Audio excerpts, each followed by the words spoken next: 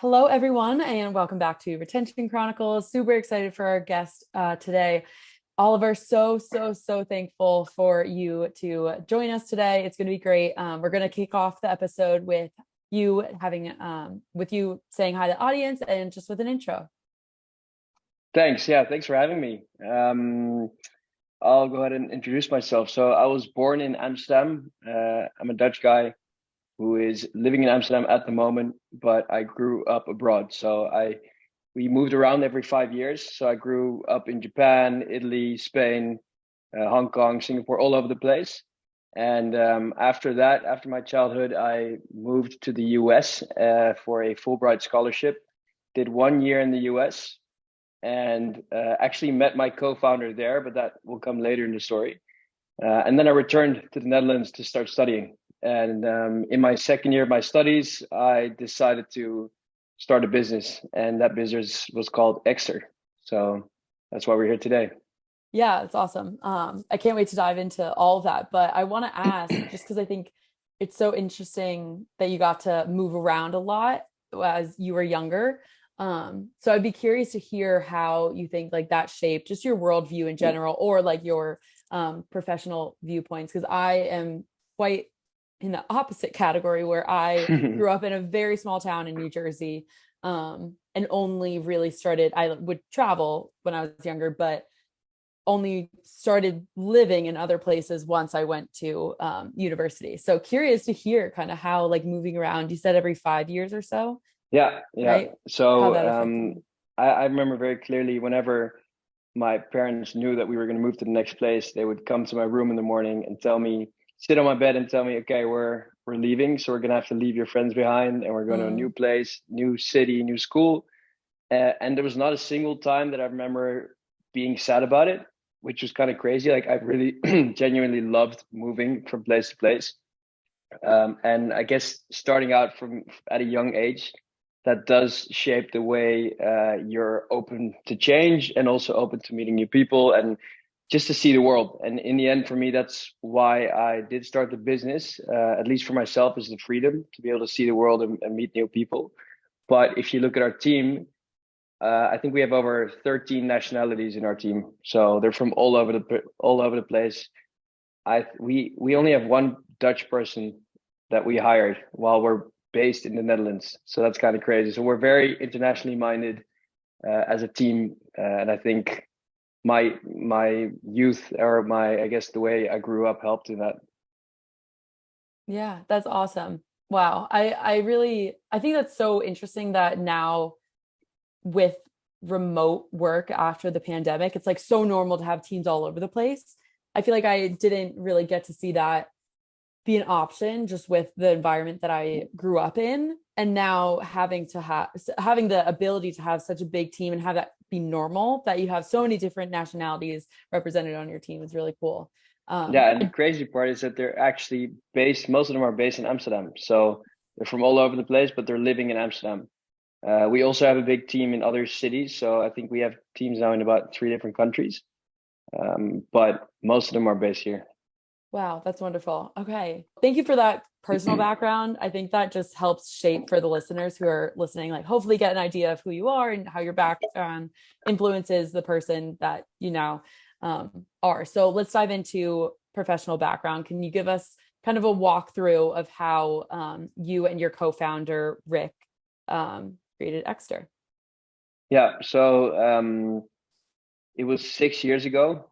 I was living in Hong Kong at the time, doing an internship in finance, where I found out that I didn't ever want to work in finance again. That's funny. And then I was living there, and I realized that people were all paying with their phones, even paying on QR codes with their phones on the market, which didn't exist in Europe yet. And in the US, people didn't really hear about this either. I guess 7 years ago, that wasn't the thing. So I thought, okay, so why are people still carrying fat bifold wallets in Europe? Like, why is that still a thing?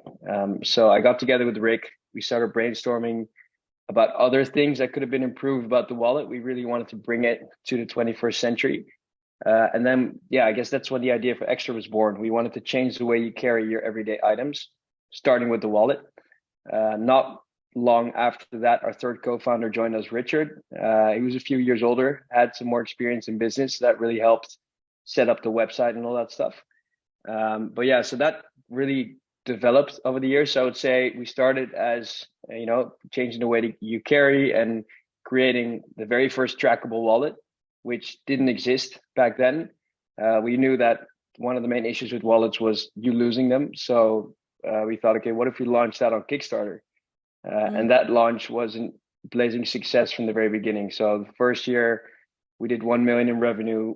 We sold thousands of wallets globally. And from there, we had enough capital to just keep growing the team. And now 6 years later, we have a team of 50 people. We're making better gear for life on the go. So not only wallets, anything you carry with you on a daily basis. And we're trying to do it in a better way too, sustainably. Yeah. Okay. That's awesome. So I'm not super familiar with just the industry specifics as one would be when you're working in that industry. So was it kind of like the first prototype or first on the market? Like I feel like I only have started to hear about more accessories that are trackable. And I feel like just technology has come a long way, but I haven't really come across a ton of that before. And if this was 6 years ago, then I imagine you'd be kind of before the wave, correct? Yeah, we were right before the wave. So I would say the year we launched is when Internet of Things like trackability really took off. And we were the first wallet with an integrated tracker, which was the right place at the right time. Obviously, there was definitely a demand for it. People were losing their stuff all the time. So AirTags didn't exist yet. And the fact that Apple jumped on that just says enough. So it was definitely a need at that time, which is why we broke through as a brand, I think. Yeah. Yeah. That makes a lot of sense. Like now I just think of everyone would just have an Apple tag, right? Like Yeah. that's really, and that has been, like you said, just more recent, and Apple's kind of, I feel like, hopping on that bandwagon, whereas now like people are wanting that, especially just with, being able to find your devices. And if you're in that Apple ecosystem, being able to find your AirPods or whatever it is. Yeah. So yeah, it's really cool to see kind of the being on the cusp of the new technology, and then see other players in the space start to adopt that. So let's talk a little bit more about what inspired you. I know you mentioned building out, you were just thinking about the process of why having a smaller, maybe more modern wallet hasn't been widely accepted or widely taken on in the US and Europe. So can you walk us through that story a little bit deeper, and just like in detailing kind of the process of starting your own company and Yeah, for building out a sure. product? Yeah. So like I said, I was living in Hong Kong. Rick was living in Rotterdam and Richard was living in Singapore. So we were all over the place. We were not in the same place trying to think this through. We were literally calling, FaceTiming, trying to sketch this thing and put it together. I would go to the market in Hong Kong and I would buy different types of leather and different types of like metal to put together with screws to really build this mechanism. And Rick was in the Netherlands trying to find local prototyping companies to work with and partner up with. And Richard was behind the scenes setting up the website, helping us like set up the official incorporation in the Netherlands because we had no idea how that worked. And so Rick, when I came back to Rotterdam, Rick and I started interviewing prototyping companies. And I remember we made a short list of about 12 prototyping firms in the Netherlands because we wanted local just to make sure that we had the control over the product at the beginning.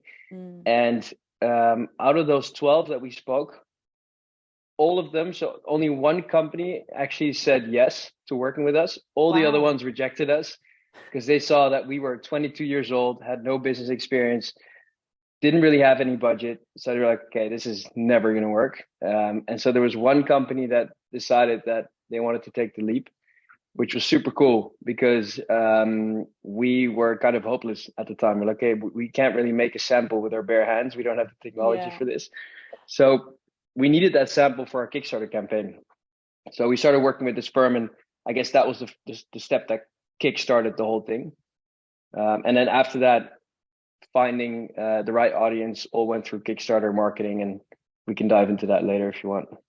Yeah, yeah, that'd be awesome. So everyone kind of took on their separate portion, then you'd come together. That's so interesting that, like, I guess Yeah, out of the 12 prototyping places that you spoke with, only one was willing to accept that risk. And I have to imagine that just from, my like what I've seen other entrepreneurs talk through is sometimes it's just like you find the right match where someone is willing to take the gamble and then things just launch from there. Um, yeah, so that's no, so definitely. exciting. Do you still work with that same prototyping They, company? they were like our first step to becoming a business. So we don't work with them anymore, but they did help us kickstart everything and have our first sample, which is all we needed to start our Kickstarter campaign. So in a way, they really helped us get there, right? Yeah, yeah, 100%. I would love to dive into that Kickstarter marketing and take a little bit of a detour from um, the questions that I intended to ask you, because I think that would be really interesting to talk through that. And we haven't had a guest do that previously on the podcast. So if you could walk us through now, like after, you have your Kickstarter campaign, what that process looked like, that'd be great. Yeah, for sure. So I guess there's a few pillars to really watch out for. I've by now I've written a whole guidebook of how to do a good Kickstarter campaign because people Mm. started reaching out to us, and I was kind of sick of winging it. So I wrote out this whole like step-by-step process of how to build your successful Kickstarter campaign. Even started coaching people on it. I haven't done one in a few years, but from what I remember, the most important part, what helped us succeed, was benchmarking the best campaigns out there. Mm. All the best campaigns, if you look at like the ones that have raised millions of dollars, they all have like this certain recipe in the way their campaign is built up and in the way that their rewards, which are the products that you order on the campaign, in the way they're structured and priced, and the way they work with the urgency of each reward. So when you start a Kickstarter campaign, you have to submit your campaign. You have to have a super cool video that's going to grab the attention of the viewer. And after that, you need to make sure that the campaign explains everything in a very short format. But obviously, you want to hit your goal as soon as possible. So I would say the main goal to get your Kickstarter campaign to succeed is to have a target that you can hit within 24 hours, Mm. and to make sure that the amount of pledges is as high as possible in the early days of your campaign. This causes your campaign to come on the popular page of Kickstarter, which is where all the traffic goes. And Mm. in the end, that's the reason you're on Kickstarter, is because you're trying to get those people that are already on their website. If you're just going to be doing performance marketing straight to your campaign, then you could be doing that to your website and you wouldn't have to pay the fee to Kickstarter. So in short, the main goal is to get onto that popular page as quickly as possible. There's many tricks and many ways to try to work the algorithm in your favor. But that's the main purpose. And then after that, there's obviously a lot of marketing tactics like performance marketing, referral campaigns, cross promotions with other campaigns that you can do to push your campaign to success. Oh, that's really interesting. So is it kind of like users or pledge, like you pledge to the campaign? I know nothing about Kickstarter, right? So Okay, so this it's is pretty going to be much like, fun. yeah, they buy your product before you have produced it because you don't have the budget to produce it yet. Hmm. So you try to get as many people to buy your product. You use that money to go to your factory and produce it, and then you deliver it about 6, 7 months later. So it's almost like they're investing in your company, but they're not getting any stock. They're just getting a product in return. Gotcha. So it's kind of like a Yeah, pre-sale almost. yeah, yeah. It's Okay. like a pre-order. Okay. Yeah, pre-order. Okay, that's awesome. So getting on the popular page, I assume like the algorithm's probably similar to social media, and that it's just like engagement and pledges. And Yeah, once you understand that, then you can, you know, make sure your campaign aligns, like the strategy aligns with those goals. Um, so would you say then how was the transition from going from a Kickstarter campaign to then using like the website that Richard built out and kind of going to like the e-commerce D2C side of things? so we actually spent our entire first year crowdfunding because we went into the Indiegogo in demand program, which is like evergreen Kickstarter campaign where you can just keep funding through a crowdfunding website. It's kind of a cool way to continue your Kickstarter campaign if you don't have the means to build a web shop. In the background, we were building our Shopify web shop, basic theme designed just by ourselves. And I would say that process was relatively smooth because we had Richard, and Richard is a coder. Like, he's been building websites his whole life. So because of his experience in coding and like my design, I guess, of the website, we were able to get it very quickly. And I don't remember many roadblocks when it comes to the web shop. The roadblocks came later when we started scaling hard and wanting to optimize the website for conversion. Yeah. Okay. I definitely want to put a pin in that and come back to it about just like roadblocks and problem solving on that side of things. But before we do so, I want to talk more about building out your Shopify store and kind of the experience that you all anticipate or hope that a customer has with your branding and with your company. So now we've kind of talked about the background and Kickstarter campaign. What is that message that you all were hoping, someone lands on your site or someone interacts with your brand? What message are you hoping to convey? So everything we do at Ekster revolves around getting the most out of every single day. So we make better gear for life on the go. You can see it in our content. We pretty much aim to save you time with our products so you can focus on living life. And if you look at our feed, if you look at our website, it's quite adventurous. It's out there. It's like not afraid to be off the grid. And I would say that the main thing, if you look at, for example, the features of our product, one example would be we created the card trigger for the wallet. So you could more efficiently grab your cards and literally save you time every single day. And all the times you use your card, your wallet, you're not going to be fumbling. And we've thought of smart features for all of our products to save you time. So in the end, trying to have our customer get more out of every single day. Yeah. I think that's a great mission that everyone relates to, of like, if you lose your wallet or if you're struggling just to get whatever you need out of your wallet, it does add those like precious moments to your day. And even if you're in a rush, right, which is probably exactly the reality of a lot of people's situations. The hassle of losing a wallet is one of the worst things, right? Mm-hmm. Having to like block all your cards, get all that stuff back, like it's just such a pain. Yeah. And even just the process of trying to, if you're not sure that you've lost it, like maybe it's lost in the car or in the house or like in a purse or something, you're trying to decipher, like, okay, do I just call it quits and say it's lost and then go through the whole process of your cards and everything? Or do you continue funneling more time into the process of looking for your wallet and then, might not even find it anyways, or maybe you do, and then still time devoted to trying to find it. So yeah, I think that message resonates even just from a consumer point of view with me, of anything that can save time and funnel that time back into something else that you'd rather be doing is a great mission to have. And I imagine that it has resonated well with customers, and that's why, you have seen that growth that has its own challenges in itself. Yeah, for sure.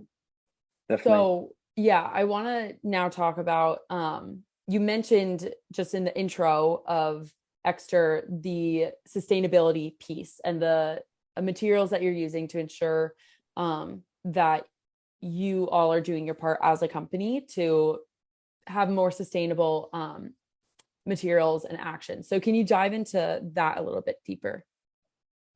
Yeah, so sustainability for us starts at the very beginning of the supply chain. So it starts with the product. And every time that we design a product, we start with the materials and we look at how can we source the most sustainable material possible to build this, and then we build it from there. So you can see that in the leathers we use. You can see it in the partners, the factories that we partner up with. From the very beginning, the very first product we ever made, we actually decided to go for the more expensive option because of their track record and because of their sustainability certificates and all the other big brands they were working with. There were many cheaper options out there, but we went for that one because we trusted them. And that has translated into all of our products. If you look at our business as a whole, we are now in the final steps of becoming a B Corp, which has taken a lot of time and effort, but it's crucial to the happiness of your people and you know the well-being of the planet. And on top of that, I would say like looking at offsetting carbon emissions and just the way of sourcing all these materials is it's crucial to have sustainability in the back of your head for that. Yeah, we've had a couple of, I completely agree. I think it's one of those things that customer experience it and customer, just like customer loyalty in general and customer retention, it adds to the experiences. I'm sure many of our listeners and many of our past guests have agreed in that if you're able to commit to a mission and you're able to say, we are going the extra mile, we are thinking through all of these different critical pieces in the way that your product is developed and shipped to you, and the way that we're interacting not only with our customers but also our surroundings and the earth, then it eases, I think, some of the maybe psychological or some of the mental or emotional aspects of the customer experience, because you do feel better when you're purchasing sure. with a brand that is able to commit and be a B Corp. And we've had other brands come on the podcast as well who speak to the process of becoming a B Corp and why it's important to them. And just in full transparency is something that I very much respect as being in this industry, yes, but then also as a consumer, which I'm sure a lot of others relate to. For sure, yeah. Yeah. Once again, I mean, for us, it starts from the very beginning, and if you start there, then the rest is child's play, right? Your product just needs to be sustainable. Your supply chain needs to be sustainable. Yeah, and then once flywheel effect, it'll keep growing, and get into that scaling that we'll talk about in a little bit. But before we do, so we've spoken about your mission and the branding that you want to convey and the messaging that you're hoping customers receive when they're interacting with Ekster. So now we want to talk about the website design, because as you've mentioned, Richard was building out kind of the back end of the Shopify store, and then, to my understanding, you came in and helped design the website. Is that correct? Yeah. So I didn't have any web design experience, but after my studies, so when I was already building the company, I did this growth hacking course here in Amsterdam. It took about a year, and that was heavily focused on web design and conversion rate optimization. And like me, I just love design in general. That's what I've been doing from the very beginning. I've been looking at the way we're shooting the photos, the products, the way they look, and that's definitely my forte within the business. And that's why the website I would consider as my domain as well. Super important that it always looks on point and it converts super well. So yeah, I'm always closely working together with Richard to get that design done. Yeah. Would you say, just high level, you all do a lot of like A/B testing on the site or anything like that to see for that conversion rate optimization, like this product shot versus this product shot, or this copy versus that? We do, and we've done it over the past few years. The funny part is that when you benchmark the best websites out there based on like Shopify numbers, like the top performing Shopify web shops, if you kind of benchmark the way they set up their website, then you can A/B test as much as you want, but the original design will almost always win.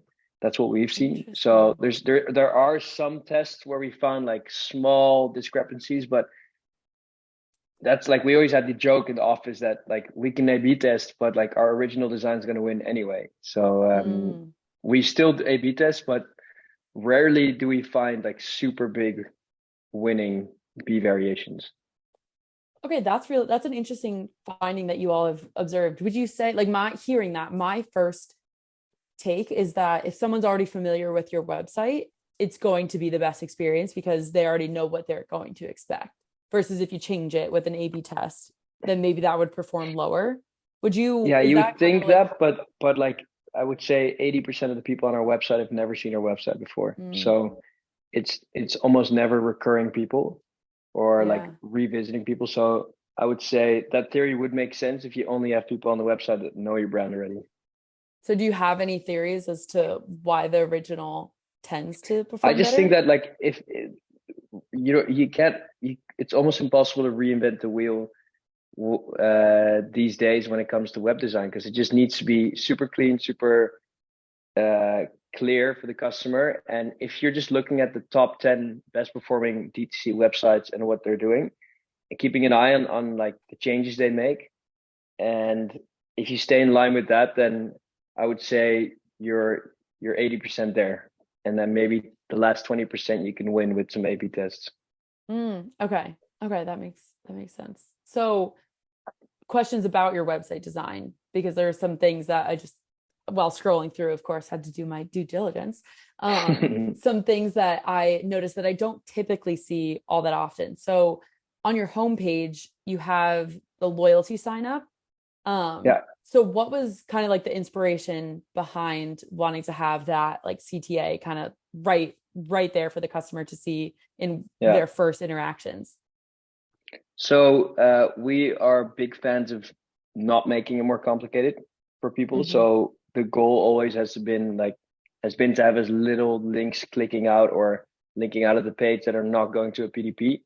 But we recently launched this loyalty program, and we are trying to get that retention rate up, because wallets are not really a product you would buy multiple times a year. And so we decided to give it a prominent place on the website, because we also want to show how important this loyalty program is. And that's why we Mm-hmm. gave it its own specific logo, so that people really have the feeling that they're joining a membership club, which they are, because they're getting a lot of benefits. You know, they're getting lifetime warranty, they're getting all these different discounts when they're ordering more, they're getting gifts for their birthday. There's all these different perks that they're getting, and it would be a shame if you build such a nice program and then not inform them about it, especially for new customers coming in. Mm-hmm. So I would say on desktop, it's definitely more prominent than on mobile, because there's not much screen real estate on mobile. But I definitely like the way it looks for now, and we're just going to test it, see what happens. If it doesn't get any clicks, then we'll think of something else. Yeah. Yeah. Okay. So I'm glad you brought up the distinction between like a loyalty program and a membership program, because I'm starting to see more and more distinction between the two. Because Yeah, often I just conflate the two and call them the same thing, but I do see them as different, depending on what is offered in each program. And I think yeah, memberships for a product like those that you all offer makes sense in that, like you said, it's not like CPG, you're not consuming, you're not going to probably, the rate between purchases is going to be longer, because you're hoping yeah, that the product is so yeah, well made that you don't need to go back and buy whenever a couple of months or exactly. so, right? So I think the distinction between a membership, where these are the added bonuses that you're getting access to by being a member in this Yeah, club, versus a true, typical yeah. loyalty I mean, program, I really would different. never, I wouldn't necessarily say they're so different from each Mhm. other, but it just feels more like you're part of something if it's like a membership. But it's whether it's loyalty or membership, it doesn't really matter. They're not paying for it; it's for free. But we just want to have them like feel that they're getting more, because they actually are getting a lot more for it. Mhm. So that's why it's so prominently shown. Yes, yeah, and make a customer relationship stronger because they're in Yeah. the program. Yes, that totally makes sense. And so I also have another question about the homepage specifically, because when you pop into the website, there is a pop up Hmm. that it's an email capture, and Yeah. so what was the strategy, or what was the thought behind having that be part of the customer experience? So I would say you should always have some kind of email capture on your website. It doesn't have to be instant. It can be later in the browsing process, but it's mostly for people that don't convert right away. You do want to stay in touch with them, and it doesn't have to be extremely invasive. In the US, people are used to getting text messages from brands. In Europe, they would hate you if you do that. But we sign them up for email, and then if they want like an extra perk, they sign up for SMS, and then we send them the offer through email and SMS. So I would say it's definitely no brainer. to try to generate those leads. Mm-hmm. So now we're getting a little bit more into the weeds with the customer experience. Once that email is captured, is there a specific cadence other than, the discount or the offer from the original pop-up, or is it just kind of like seeing what happens? If someone takes you up on that offer, then great. If they don't, then that customer experience ends? Or do you filter them into kind of like a drip campaign? Yeah, so we have a drip campaign where when they do sign up for both, they get the free product and they get that sent to them through SMS and email. And then after that, they are entered into this welcome flow where they get multiple touch points over a period of a few weeks. Some of them elaborating on the brand, kind of telling them why we're doing this. The others giving them another offer. And then if they haven't purchased, they'll keep getting those emails. But if they do purchase, they leave that flow. And then they start getting specific campaigns from us about like new product launches and other stuff that might be interesting to them. But yeah, the drip campaign is definitely, that's the biggest performer for us. So also a no-brainer. Yeah. Yeah, it makes sense. If it works well, then you don't want to change Yeah. anything up there. And so I think it's really interesting having brands that have multiple geos, and that there's also like cultural aspects, or just like what's the norm. And you mentioned SMS. People in the US are more likely to expect or be comfortable with the idea of brands sending them text messages, but in Europe, that's not exactly the trend. So are you looking at your like communication strategy? Are you looking to see if someone lives in the US or is ordering from a specific address? Then okay, like maybe preferential to SMS, and sending different campaigns then, because obviously there's opt-in. So if someone in Europe so we send specific, we show different pop-ups to different regions. So we have a pop-up for the US, we have a pop-up for Canada, a pop-up for the UK, and a pop-up for the rest of the world. And each of these communicate different things. It does complicate things, but it's legally mandatory because you're collecting them in different ways. And it's also like the messaging is different. Like I said, Europe, like just don't even try sending text messages yet, unless it's about like their order shipping or tracking number. Like the transactional notifications. Yeah. That also makes me think too, which I'm sure you do this, but maybe different holidays in different regions that you'd want to celebrate. Is there anything like the copy itself of the pop-up changes? It does, yeah. So we recently opened our warehouse in the UK, and we've definitely made some changes to the copy in the UK on the website, in the emails, in our ads. I would say like the basic spelling, like the grammar stuff, make sure to change that. But also, there are different holiday dates in different countries. So those are always opportunities to do like a sale or a promotion or something. So it would be a shame if you don't jump on that. Yeah. I just think like Canada with Boxing Day, and then US Thanksgiving, all those fun things, which I'm sure is fun to think through, of like the different copy and ads that you're going to run and all that. But yeah, that makes a lot of sense, both from a legal standpoint and then a marketing one as well. So now we've talked about a little bit with the communication strategy with customers. I want to dive into just the whole customer experience in general. Because we have mentioned, you land on the website, what does that look like? You sign up for a discount or a free product. What does the communication strategy look like there? But in general, can you walk us through kind of the typical or ideal customer experience that someone would have with Ekster? Yeah, so I would say retention is all about making your customers happy and giving them what you promise on the website. So once again, it starts with the product. Like your product just needs to be amazing, and it needs to be durable, and people need to give it great reviews, because that's when they come back. So for us, I would say a typical journey would be people find us on Facebook or Instagram through ads. That's probably the majority of the people. They land on the website. then preferably they land on a landing page that connects really well with the ad that they saw, so that they don't bounce away and that they kind of feel like this is what I was promised. Hmm. They click around, hopefully they have a good browsing experience, and they end up at the PDP and select their color and check out. Now that Shopify is going to release that one page checkout, that's going to make everything a lot smoother and probably increase the conversion rate as well. After that, we send them their transactional emails. So obviously we thank them for the purchase, and we enter them into the newsletter if they want to be, so they can stay up to date with new product launches or other offers. And then we just stay in touch through email and SMS. And I think the most important part here is two things to notice: your post-purchase survey, super crucial if you want to get to know your customer and if you want to know where they came from. Important to scale everything as well, because then you can track what's happening, especially with attribution issues lately. So, and then secondly is the support, like just offering instant support and making sure that they understand that they can reach out and get a quick answer.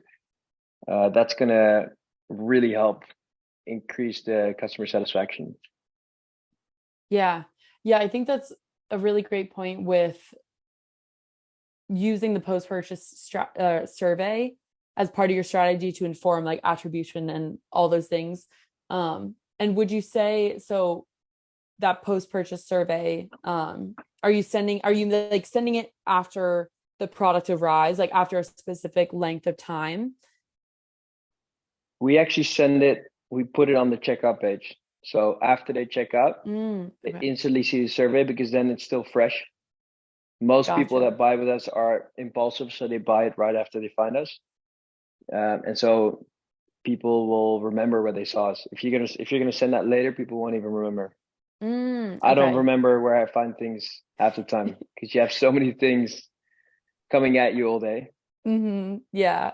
Yeah. Smaller attention span too. It's just like so many different Yeah. things to juggle. Okay. Gotcha. Cause I've definitely seen, which maybe would be more of a like product feedback form where it's sent, after the delivery notification Yeah. gets sent, then it's triggered after, Yeah. X amount of days. Like, how are you enjoying your experience with our product? XYZ. Um, okay, but this is, yeah, more for the attribution piece. So it's instant after checkout. Yeah. Um, Yeah. so okay, so that's the typical kind of pre-purchase customer experience upfront. Now, post-purchase, I know we've talked a little bit about the transactional notifications, but can you walk us through what a customer, they check out on that page, they fill out that post-purchase survey. What are on the back end, what kind of notifications are you sending? Other Yeah. So than, I I need to make sure I get these right, but we have the order confirmation email, which Mhm. thanks them and tells them a bit about what's coming their way. Then we have a aftercare email, which talks about the product and tells them how to take care of it and what could possibly happen with the leather, and what to expect when using the products. Then we have a tracking email, which shows them exactly where their product is, and then by then their product should arrive. And after that, there is a review request, but I think that's like a week or two after, so people can have the time to use it. And then we send if they're happy with it, we send them a refer a friend email, Mm. which now has been pivoted to our loyalty program. So we ask them to become part of loyalty, and then within that program, they can earn points for referring friends. Gotcha. Okay. Yeah. So with then do you typically see a lot of referrals? Because I feel like that is something we see time and time again is like word of mouth marketing, or Yeah, just the conversion rate of like referrals is very strong, yeah, especially when you're motivated by, getting points through a loyalty program that you're signed up yeah. for. I wouldn't say it's like part of our top 10 revenue drivers, but it's definitely a nice revenue stream, and people do. It's one of the nicest ways of selling your product, because people are recommending your brand to someone else, and there's no better ad than a person telling their friend that they love your brand. So I guess in just for that already, it's worth it. Yeah. And then this is something we also see time and time again in the post purchase experience is educating your customers and making sure that when the product arrives, they know how to use it. And that's different, obviously, for Yeah. every company, every brand, every product. So what are you specifically like, what's industry specific that you're sharing, once your Ekster wallet arrives, this is what you can Yeah. expect, like how the leather is changing. Can you go into Yeah. details about that more? Yeah. So we send, it's like a 5 things to know about your product when it arrives. First of all, when it arrives, the leather may appear a little stiff, or maybe like it may appear like not supple or something, because it's fresh out of the box. It needs to be used for a few days, and it will form to your pocket, and it'll become slimmer with time. Stuff like that, like details about how the product will evolve, because that will also decrease the return rate. Sometimes Mm-hmm. people unbox and they're like, oh, this is kind of like, because it's super nice leather, it's kind of stiff, so they need to use it, and it builds this beautiful patina over time. Another thing is we have a link that goes directly to an online user manual, which takes them step by step through everything that they need to know about the product. And then I think we also highlight our main features, like the quick card access feature. And then when they receive the product inside of this wallet, there's a cool feature, because we obviously have that card feature shooting out the cards. So the 6 cards that are inside of the wallet are part of like the user manual experience. So you eject them. One of them has a QR Oh, code to the user manual. The other one has a little bit about us, like our story. The other one has like follow us on Instagram and join our giveaways. There's a bunch of different, like join our loyalty program, all that kind of stuff. So it's oh, like they that's really instantly cool. experience how the wallet works while getting all these unboxing messages. Ah, okay. So that's a very creative way to get the message across it. Like these are all the things Yeah, that we offer. But you're also learning how to use the wallet exactly. through While like doing by it. getting that information. Yeah. Yeah. Um, oh, that's really cool. So with then so the user guide, it like walks you through, like I'm sure you have to like set up tracking for the actual wallet, right? Like all Yeah. like the software side Yeah. of things, and then sharing like community and social. um yeah, that's okay. That's a really cool unboxing experience. i've Yeah. heard i've heard some cool ones before. But that's awesome. So sharing your mission statement, I take it that is like, is it learning more about, you and your other two co-founders, learning about Yeah. your mission, like your sustainability, Yeah. becoming a B Corp, all of that? It's like a little short version of our about page. So it talks about us, it talks about the product, it talks about the brand and the vision. So Mm-hmm. it's a nice Yeah. little message for them to understand why we're doing this. Mm-hmm. Yeah, yeah, makes sense. And you mentioned so returns, like there's obviously part of the post-purchase education that you're going through is to hopefully, manage expectations, and that this is what your product can do and what it does, and all these different um, things that a Yeah. consumer might want when they're interacting with your product. But I think everyone, just from consumers to industry specific e-commerce experts, would say, returns or exchanges are inevitable. And so Yeah. I wanted to ask you about, the process, what they look like in your industry, kind of your experience with it all. Cause I'm purely curious. And we as a company, Malomo, just started, we just launched our loop with integrations. And so like returns to me personally is fascinating because it's just not something we were looking into before. So it's kind of a new unlock. And so I've been asking our guests Yeah. recently to dive into it. Yeah. Returns are definitely a tough one. So we are lucky to not like to be in an industry or a vertical where you kind of see what you see is what you get, Mm-hmm. because there's no sizes, you don't have to like Yeah. try it on and send it back. And that's probably the biggest issue in the fashion industry, is that people buy 10 things and then keep one.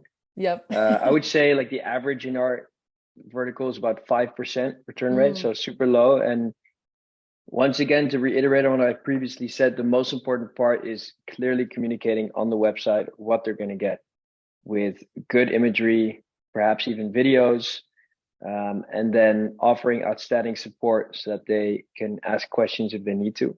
That's going to decrease your return rate the most. And then once again, back to the product, like it just needs to be the high quality product that you're promising them that you're going to get. So Yeah. Yeah, that makes a lot of sense. Because when I was thinking about it, I was like, I don't think personally, unless it was something really just kind of, just didn't expectation or whatever. yeah, I was like, I couldn't see a major use case in terms of returns being super, super large, like no, they would be with something like apparel. And something that is just more unique to each specific person. yeah, So are you then once do you see exchanges at all too? Because I know they're very similar, but obviously different. we do, but super, super low percentage. I wouldn't even Probably know what even the smaller, percentage right? is. Yeah, Yeah, yeah, exactly. Yeah. yeah, Just have to ask. yeah, Okay, thank you for sharing. I appreciate it. It's always so fun to learn, and that's obviously why we're sitting here. yeah. So almost done with my questions for you, and this has been so, so fascinating. But I always like to ask, when you think of retention, we've been talking about it. Obviously, this podcast is called Retention Chronicles. What does that mean to you? Like, what's your take on retention? Like if you had to describe it to someone, what would you say? I would say retention is the metric that shows how satisfied your customers are. Mm, And if you're able to um, keep your retention high, that means you're doing something right with your relationship with your customers. So I would say that the three pillars that are most important to get high retention is building a great product, offering outstanding support, and then keeping them in the loop with personalized messaging. Try to offer, like, try to send them stuff that is specifically interesting for them. So don't just blast messages to everyone, but segment to make sure that they get more personalized messages.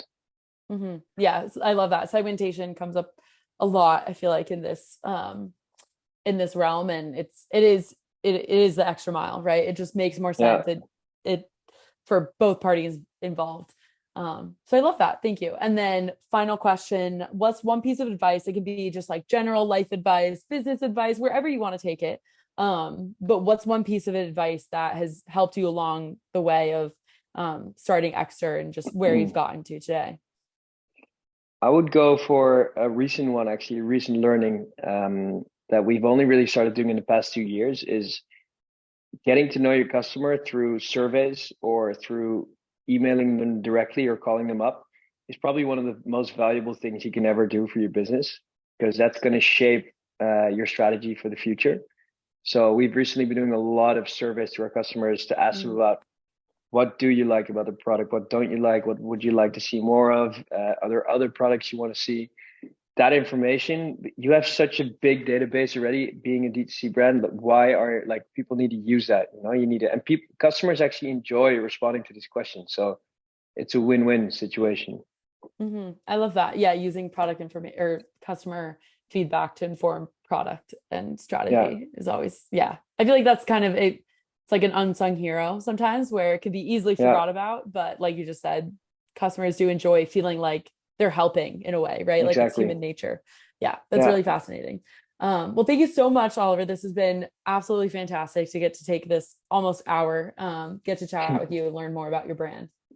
Yeah. Thank you. Thank you too. Thanks for having me. Appreciate it. Of course.